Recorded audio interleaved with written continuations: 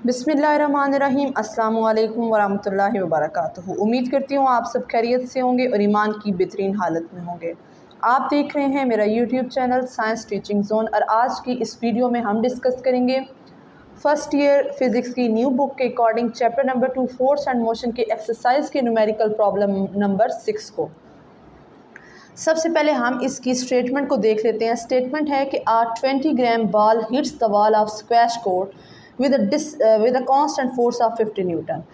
Means ball का जो wait है वो क्या है, 20 ग्राम है। ये बॉल को हिट कर रही है, किसकी बॉल है, स्क्वैश कोर्ट की।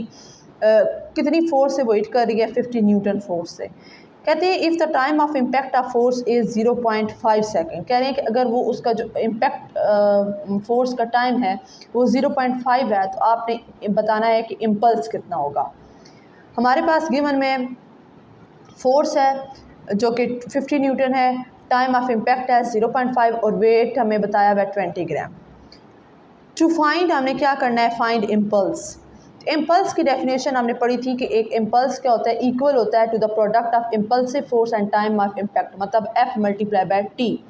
तो हम इसको मैथमेटिकली क्या लिखेंगे, I is equal to F multiply by T। Force हमारे पास क्या है, 50 न्यूटन है, टाइम क्या है 0.5 सेकेंड है।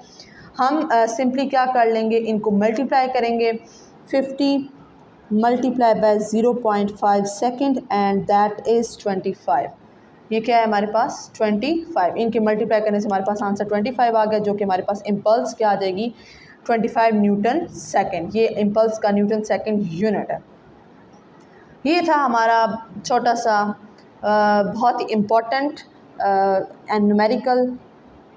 इसकी उम्मीद करती हूँ आपको समझ भी आ गई होगी। अगर फिर भी किसी किस्म का कोई भी क्वेश्चन हो किसी भी टॉपिक के रिलेटेड तो आप कमेंट बॉक्स में क्वेश्चन कर सकते हैं। अगर आपको वीडियो पसंद आई हो तो इसे अपने फ्रेंड्स के साथ लाजमी शेयर कीजिएगा और लाइक भी कर दीजिएगा और अपनी राय का इज़हार कमेंट बॉक्स में लाजमी कीजिएगा। मिलते हैं इंशाल्लाह ताला नेक्स्ट लेक्चर में, तब तक के लिए रखिएगा अपना बहुत सारा ख्याल, मुझे रखिएगा अपनी दुआ में याद, मुझे दें इजाज़त। अल्लाह हाफ़िज़।